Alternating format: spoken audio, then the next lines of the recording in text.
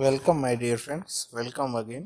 Today, in the next lecture of induction motor, we'll discuss developed torque and mechanical power. Mechanical power in terms of synchronous speed and real speed. બરાબર છે. તો સ્લીપની definition ns minus nr upon ns આના ઉપરથી clear થઈ ગયું. આ બે ટર્મને ns વડે ભાંગીએ તો ns અપોન ns તો 1 થઈ જશે માઇનસ nr અપોન ns થઈ ગયું. So 1 minus s equal to nr by ns.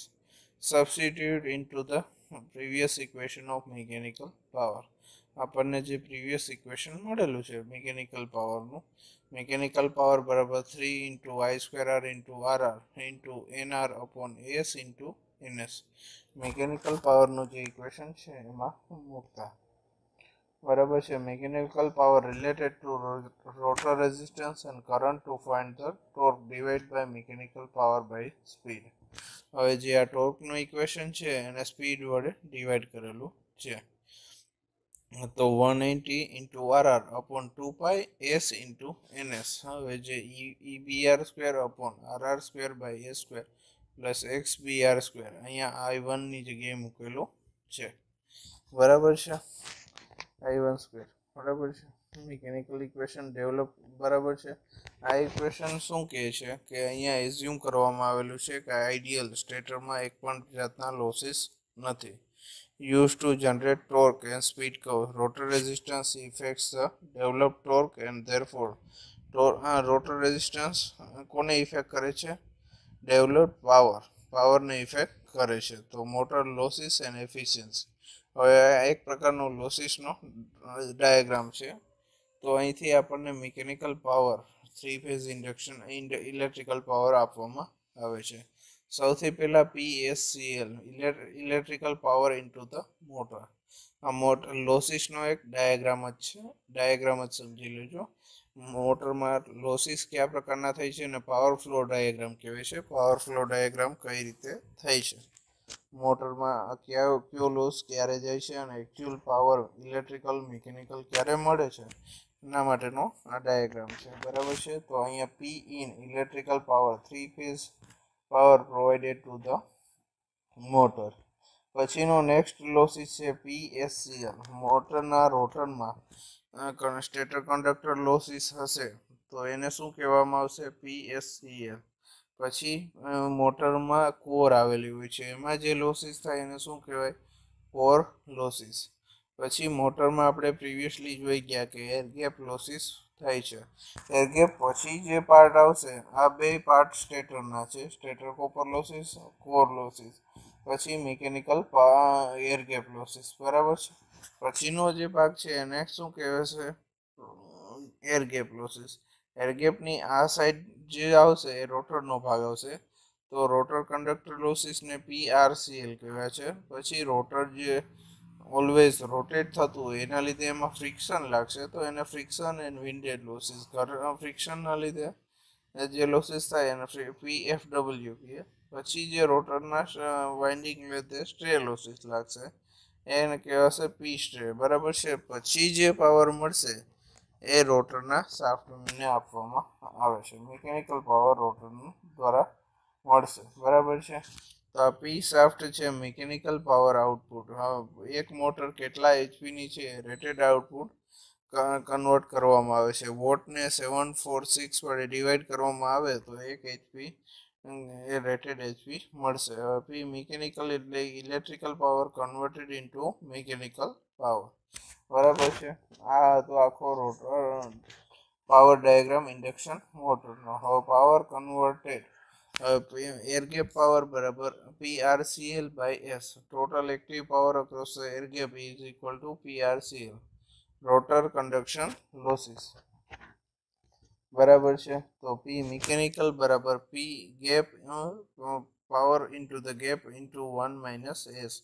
Portion of active power converted into mechanical power બરાબર શું થશે? P મિકેનિકલ બરાબર P shaft plus P friction and windage plus P stray losses. એનું આ equation આપેલું છે. આપણને ઇક્વેશન આપેલું છે. હવે ઇન્ડક્શન મોટરનું પાવર બેલેન્સ ઇક્વેશન. તો power in must equal power output plus losses એટલે પાવર જે આપણે અહીંથી ઇન આપીએ છીએ એ બરાબર શું થશે લોસીસ પ્લસ પાવર આઉટપુટ બરાબર છે તો એ થાય તો આને શું કહેવાય પાવર બેલેન્સ ઇક્વેશન તો પી ઇન તો આપણે મિકેનિકલ પાવર મોટરને આપણે આપીએ છીએ ઇલેક્ટ્રિકલ પાવર આપશું રેટેડ શાફ્ટ પાવર બરાબર છે તો પી શાફ્ટ બરાબર શું થશે P mechanical power minus P stray losses friction and windage losses તો આ એનું ઇક્વેશન આવશે rated in HP P mechanical shaft power હશે બરાબર છે સ્ટેટર સાઈડથી શું થશે ગેપને કેટલો પાવર મળશે તો કે P in minus P SL means કે stator conductor losses minus core losses તો અહીંયા એર ગેપને કેટલો પાવર મળશે આ પાવર મળશે સ્ટેટર સાઈડ બરાબર છે અહીં સુધી પી ઇન આવ્યું એમાંથી પી એસસીએલ બાદ કરો માઇનસ પી કોર બાદ કરો તો આ એર ગેપને પ્યોર પાવર મળશે એર ગેપને પાવર મળશે એમાંથી P mechanical minus P friction and windage minus P stray losses તો આ હતું રોટર એન્ડ સ્ટેટર સાઈડનું પાવર બેલેન્સ ઇક્વેશન હવે જુઓ પાવર બેલેન્સ ઇક્વેશનમાં એપરન્ટ ઇલેક્ટ્રિકલ પાવર તો એનું ઇક્વેશન તો તમને ખબર જ છે √3 into VL into IL √3 into VL into IL બરાબર છે P in from FP and SN values કઈ રીતે મેળવવું પાવર ફેક્ટર કઈ રીતે મેળવવું તો પી ઇન ડિવાઈડ બાય એસઆઈએન બરાબર છે પી ઇન ખબર જ છે તમને પી ઇન બરાબર √3 વીએલ આઈએલ કોસ 5 તો અહીં પાવર ફેક્ટર કઈ રીતે મળશે પી ઇન અપોન એસઆઈએન બરાબર છે એન્ડ ઓલ્સો મોટરની એફિશિયન્સી એટ આઉટપુટ લેવલ કેટલી હશે તો P output upon P input એટલે P shaft power upon P input power so efficiency P in કહી શકો તમે હવે જે આવે છે એ આ બધા ઇક્વેશનનું રિવિઝન કરતો એક એક્ઝામ્પલ આવે છે એક એક્ઝામ્પલ આપણે સોલ્વ કરીએ બરાબર છે એક્ઝામ્પલ આ રીતે છે 3 phase 60 hertz 75 HP 4 pole motor પહેલા તો મોટરની ફ્રીક્વન્સી 60 હર્ટ્ઝ આપેલી છે 75 HP મિકેનિકલ પાવર આપેલો છે 4 પોલની મોટર આપેલી છે ઓપરેટ છે રેટેડ ટર્મિનલ વોલ્ટેજ આપેલા છે અંડર રેટેડ કન્ડિશન બરાબર છે it draws a line current of 186 ampere line current આપેલો છે અને એફિશિયન્સી 90% આપેલી છે તો ફોલોઈંગ લોસીસ આર મેઝર્ડ હવે આના સિવાયના કયા લોસીસ થાય છે તો કે P core losses 1273 stator conductor loss 2102 volt આપેલા છે રોટર કંડક્ટર લોસ એ 1162 આપેલા છે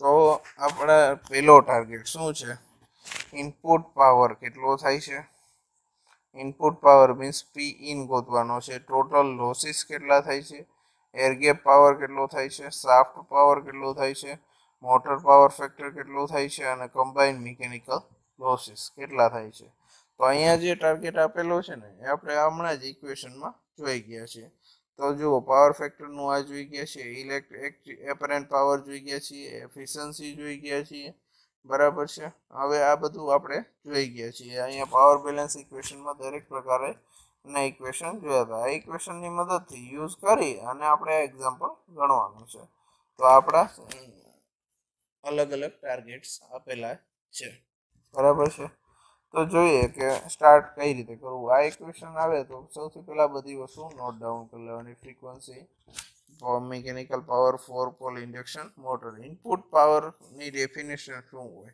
તો તમને શાફ્ટ પાવર આપેલો છે તો કે હા પી ઇન એફિશિયન્સી બરાબર શું થશે P shaft power upon P input power output upon input efficiency આપેલી છે તો પી શાફ્ટ બરાબર એન ઇન્ટુ પી ઇન બરાબર થશે આ ઇક્વેશન મળશે તો હવે પી શાફ્ટ તમને 75 HP આપેલો છે એફિશિયન્સી 90% આપેલી છે હવે 1 HP બરાબર 746 વોલ્ટ એટલે 75 HP છે એટલે 75 મલ્ટીપ્લાઈડ બાય 746 બરાબર 55,950 વોલ્ટ શાફ્ટ પાવર થશે તો આના ઉપરથી ઇનપુટ પાવર શું મળશે 55,950 ડિવાઇડેડ બાય એફિશિયન્સી શું છે આપણી 90% એટલે 90 ડિવાઇડ બાય 100 તો આપણો ઇનપુટ પાવર શું થશે પહેલો આન્સર જે છે એ શું થશે 62,162 વોલ્ટ આપણો ઇનપુટ પાવર થશે. જો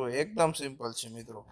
એ પહેલા સૌ પ્રથમ તો એફિશિયન્સીની ડેફિનેશન લેવાની, પી શાફ્ટ અપોન પી ઇન. તો એના ઉપરથી પી શાફ્ટ અપોન એન બરાબર પી ઇન થશે. પી ઇન ને કરતા બનાવવાના, પી ઇન આપણે મેળવવાનું છે. બરાબર છે, પી ઇન મેળવવાનું છે. પી શાફ્ટ આપણને આપેલા છે 75 HP. 1 HP બરાબર 746 વોટ. તો આને પહેલા વોટમાં કન્વર્ટ કરશો, પરંતુ એફિશિયન્સી 90% આપેલી છે. એના ઉપરથી આ ઇક્વેશન મૂકશો એટલે પાવર ઇનપુટ મળી જશે. હવે ટોટલ લોસીસ માટે આપણે ઘણી બધી રીત છે. બધા લોસીસનો સરવાળો કરીએ, બાદબાકી કરીએ, પરંતુ એકદમ સિમ્પલ રીત પી ઇન માઇનસ પી શાફ્ટ. આપણને ઇનપુટ પાવર આપણને મળી ગયો છે 62,162 વોલ્ટ. બરાબર છે. પી શાફ્ટ આપણને ઓલરેડી આપેલો છે 75 HP. એને આપણે વોલ્ટમાં કન્વર્ટ કરેલો છે. તો 62,167 વોલ્ટ માઇનસ 55,950 વોટ. કેટલા ટોટલ જે બાદ કરશો પી ઇન માઇનસ પી શાફ્ટ એટલા ટોટલ લોસીસ બનશે 6,270 વોટ, જે આપણો આઉટપુટ પાવર એન્ડ લોસીસ થશે. તો આ હતો એ પહેલો ટાર્ગેટ, ઇનપુટ પાવર અને ટોટલ લોસીસ ફાઇન્ડ કરવાનું. બરાબર છે. હવે નેક્સ્ટ જોઈએ.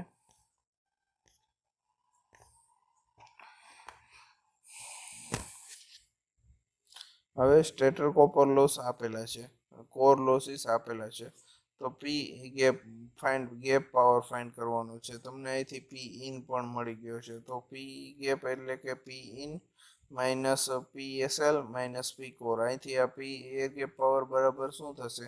તો કે અહીંથી પી ઇન આવશે માઇનસ આ P stator copper loss minus core losses આ થશે. તો પી ઇન આપણને મેળવેલો છે 62,167 watt. P stator copper loss આપેલો છે 2,102 વોટ માઇનસ કોર લોસ આપેલો છે 1,273 વોટ. તો પી એર ગેપ પાવર કેટલો થશે 58,792 watt. That will be equal to the gap power. હવે આપણો આ ત્રીજો ટાર્ગેટ પણ મળી ગયો છે. તો હવે નેક્સ્ટ ટાર્ગેટ શું હશે? શાફ્ટની સ્પીડ કઈ રીતે મેળવવી. તો શાફ્ટની સ્પીડમાં તમને ખબર જ છે કે P M power gap equal to PRCL by S, rotor conductor power losses. તો આ ઇક્વેશન આપણે જોયું છે. એના ઉપરથી સ્પીડ મળી જશે પીઆરસીએલ અપોન, અહીંથી સ્લીપને કરતા બનાવો તો આ બે વેલ્યુ તો તમારી પાસે છે જ. પીઆરસીએલ કેટલા છે 1,162 વોટ. પી એર ગેપ કેટલા છે 58,792 વોટ. તો અહીંથી સ્લીપની વેલ્યુ મળશે 0.01976. બરાબર છે. તો સિંક્રોનસ સ્પીડ ફ્રીક્વન્સી આપણને આપેલી છે 60 હર્ટ્ઝ. નંબર ઓફ પોલ્સ 4 આપેલા છે, એટલે સિંક્રોનસ સ્પીડ કેટલી મળશે 120 f બાય પી. 120 f અહીં ફ્રીક્વન્સીની વેલ્યુ જે 60 છે divide by P is equal to 4. તો કેટલી મળશે સિંક્રોનસ સ્પીડ 1800 rpm મળશે. તો આપણને સ્પીડની ડેફિનેશન ખબર છે ns minus nr upon ns બરાબર સ્લીપ થશે. તો આ બેને ns વડે ભાંગીએ તો 1 minus nr by ns equal to slip થશે. બરાબર છે. તો આ ઇક્વેશન આપણી પાસે છે. બરાબર છે, આ ઇક્વેશન છે. તો આનામાંથી nr ને કરતા બનાવીએ તો 1 માઇનસ s ઇન્ટુ ns બરાબર nr. તો રોટર સ્પીડ બરાબર સ્લીપની વેલ્યુ આપણને આપેલી છે. જુઓ, સિંક્રોનસ સ્પીડની વેલ્યુ છે, સ્લીપની વેલ્યુ છે. તો શું થશે 1 માઇનસ 0.01976 મલ્ટીપ્લાઈડ બાય 1800. બરાબર છે. તો રોટરની સ્પીડ કેટલી મળશે 1769 rpm મળશે. તો બરાબર છે, રોટરની સ્પીડ મળી ગઈ. તો આ આપણો આન્સર હતો. બરાબર છે. હવે motor power factor ratio of apparent power to the active power. Motor power factor cos 5 મેળવવું હોય તો તમારે એસ ઇન ગોતવું પડે. એસ ઇન નું ઇક્વેશન શું છે √3 ઇન્ટુ વીએલ ઇન્ટુ આઈએલ. હવે આઈએલ નું કિંમત તમને conductor draws a current of 186 ampere એ રીતે આપેલું છે. વીએલ 230 વોટ તમને આપેલું છે. એસ ઇન બરાબર √3 ઇન્ટુ વીએલ ની કિંમત શું થશે 230 વોલ્ટ બરાબર છે. આઈએલ ની કિંમત 186 એમ્પિયર. આ બધું કેલ્ક્યુલેશન તમે કરશો એટલે એસ ઇન આવશે 74,097 વોલ્ટ ઇન્ટુ એમ્પિયર. આમાંથી તમે એક્ટિવ પાવર બાદ કરશો પી ઇન બરાબર 62,167 વોટ. ડિવિઝન કરશો તો શું મળશે? પાવર ફેક્ટર મળશે. પી ઇન બરાબર એસઆઈએન ઇન્ટુ કોસ 5 થશે. તો અહીં એફપી ને કોસ 5 વડે દર્શાવેલું છે. 62,167 watt divided by 74,097 volt into ampere. તો અહીંયા આપણને પાવર ફેક્ટર મળશે 0.89. એ કેવું મળશે? લેગિંગ મળશે. મીન્સ કે આપણો આન્સર નેગેટિવમાં આવશે તો લેગિંગ મળશે. હવે નેક્સ્ટ છે combined mechanical losses. Mechanical losses combine કરીએ તો કઈ રીતે મળે તે આપણે જોઈએ. તો પી સાફ પી મેક માઇનસ પી સાફ બરાબર P friction and windage losses plus stray losses બરાબર શું થશે? Total mechanical losses. તો પી મિકેનિકલ લોસીસ બરાબર શું એને કરતા બનાવવો હોય તો પી મેક બરાબર P air gap minus P R G. એટલે આપણને મિકેનિકલ લોસીસ મળી. એર ગેપ લોસીસ આપણી પાસે છે, રોટર કંડક્ટર લોસીસ આપણી પાસે છે, તો આપણને મિકેનિકલ લોસીસ મળી ગયા. તો શાફ્ટ લોસીસ આપણી પાસે છે જ 55,950 વોલ્ટ, જે આપણને રેટેડ એચપી આપેલા છે. તો એના ઉપરથી 168 વોટ મળે છે બરાબર છે. 1680 વોટ મળશે કમ્બાઇન્ડ મિકેનિકલ લોસીસ. આ આપણો આન્સર છે. જોઈ લ્યો મિત્રો એકવાર ફરી એકવાર. કોઈ પણ ઇક્વેશનમાં ક્વેરી હોય તો મેલ મે ઓર કોમેન્ટ મે. બરાબર છે. Thank you very much.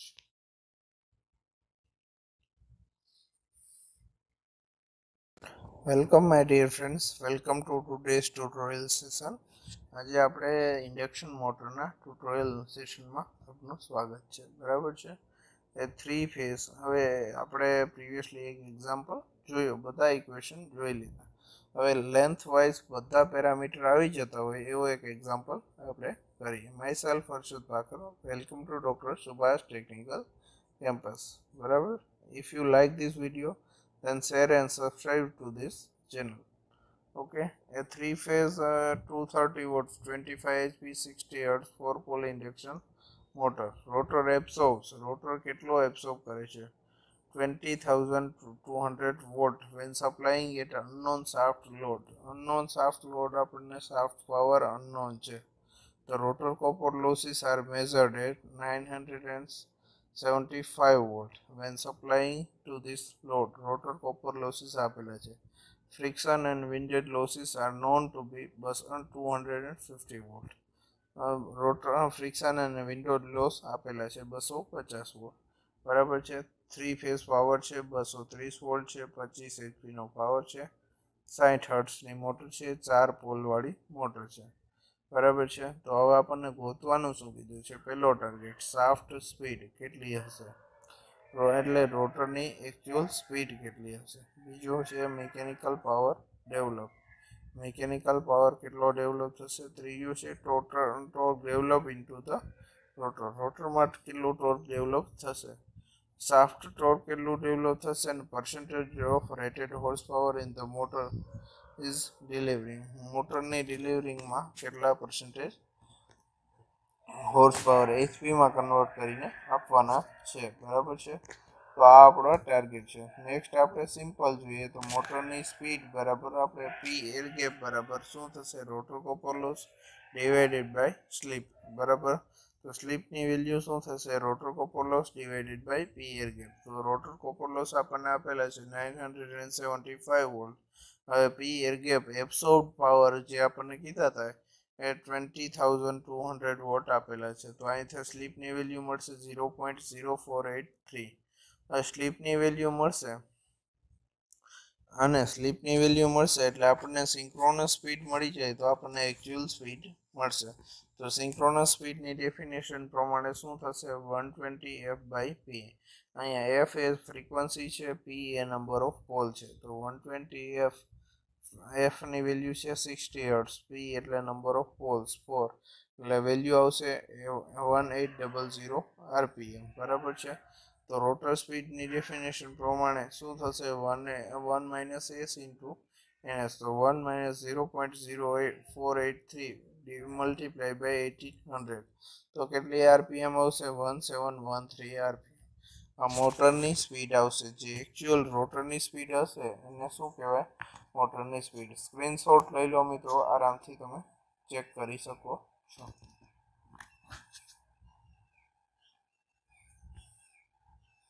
બરાબર છે હવે નેક્સ્ટ ટાર્ગેટ છે mechanical power develop P gap air gap is less rotor conductor losses તો મિકેનિકલ પાવરનું ઇક્વેશન શું થાય P air gap minus rotor copper losses તો મિકેનિકલ પાવર આપણને આપેલા રોટર ગેપ લોસીસ આપેલા છે રોટર કોપર લોસીસ મળી ગયેલા છે તો મિકેનિકલ પાવર ડેવલપ કેટલો થાય તો આ 2000 એન્ડ 20,200 volt minus 975 volt તો આપણને આવશે 19,225 વોલ્ટ થશે બરાબર છે તો આ હતો મિકેનિકલ પાવર બરાબર છે તમે આનો સ્ક્રીનશોટ પણ લઈ શકો છો